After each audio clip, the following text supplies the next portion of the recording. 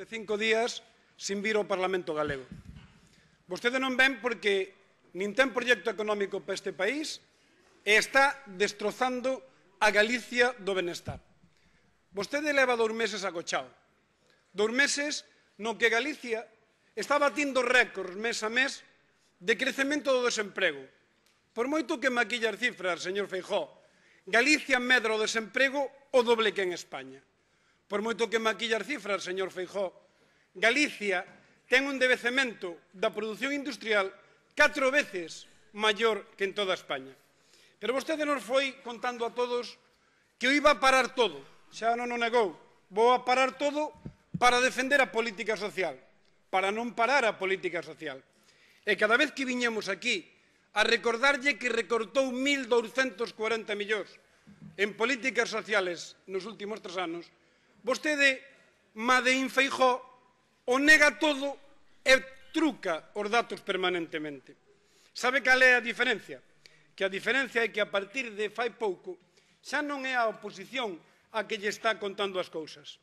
Mire, estes 4 medios de comunicación galegos, todos os medios de comunicación galegos, saliron este fin de semana a recordarlle a vostede o que está pasando en Galicia. E un medio de comunicación define moi ben cal é o goberno galego. Ni explicación, ni estrategia, ni propósito de la enmienda. El gobierno gallego sigue empecinado en recortes a la clase media, en dejar famélicas a las universidades y en estrechar los servicios esenciales como la sanidad y la educación. Pero si colle outro medio de comunicación o mesmo domingo, cando vostede está en esa postura triunfalista, dice unha enquisa que a maioría dos galegos desaproba as políticas de recortes de Feijóo. O 53% as sanitarias, o 65% a educación pública e o 75% as prestacións sociales. Informes de sindicatos confirman caídas do recorte social dun 38%, mesmo caídas dun 80 ou 90% en axudas domiciliarias ou en axudas ao desenvolvemento do pobo xitano. Lle sonan estes datos que repetiu a oposición 100 veces desde estes escanos e que vostede negou e desmentiu sempre. Pero, por si fose pouco, os sindicatos médicos, os colexios médicos, onte lle din claramente cal é a realidade. 2 minutos por consulta. Non nos dá tempo máis que dicirlle pase e non se desvista. Listas de espera de 7 e 8 días en centros de saúde. Mesmo dicindo que se están manipulando as listas de espera porque é obvio que mentre os seus pacientes tardan anos en chamalos, a Consellería sigue dicindo que se recortan as demoras en listas de espera. Señor Feijóo, vostede xa non dá tapado carmaus o sol da verdade en Galicia. Non dá. Pode seguir contando aquí as mentiras que queira, pero hai un clamor na calle, na sanidade, na educación, nos dependentes, nos concellos, nos funcionarios e nos sectores económicos de que o seu goberno é un fracaso. E vostede, mentras tanto, siga vindo aquí a manipular os datos. A miña pregunta é, señor Feijóo, vai vostede de unha vez a gobernar este país? Vai asumir ese pacto para blindar as políticas sociales que lle levamos pedido?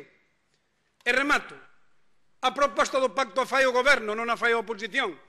Quen ten que convocar é o goberno, non é a oposición.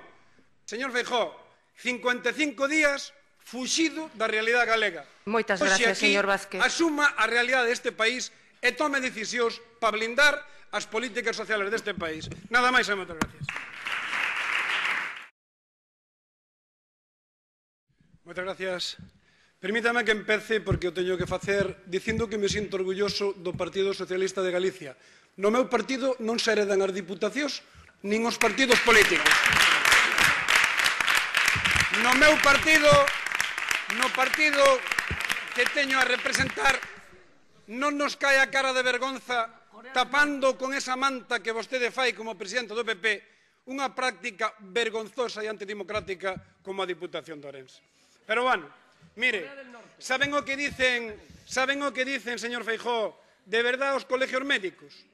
Que se derivan as operacións a centros concertados, que se incrementan as listas de espera, que non se cubren as baixas, que hai escasez de personal, e vostede alimenta a seguridade e rebaixa a incertidume dicindo que non estaría mal cobrar a comida, as duchas e o resto dos servicios. Vostede o que está plantexando permanentemente é un xogo de dualidades de prestacións. Vostedes apostaron claramente por o cobro na sanidade a través de un copago na prestación farmacéutica. Digo aquí, digo xa, vostedes, fronte a todos os problemas que teñen os maiores en Galicia, o que anuncian é copago nos servicios sociales deste país.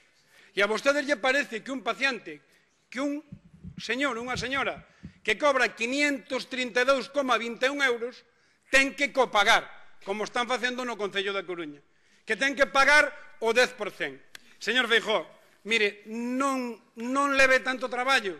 Vostede non dá tapado a realidade deste país. Vostede, cada vez que fala aquí, asume a súa impotencia como presidente.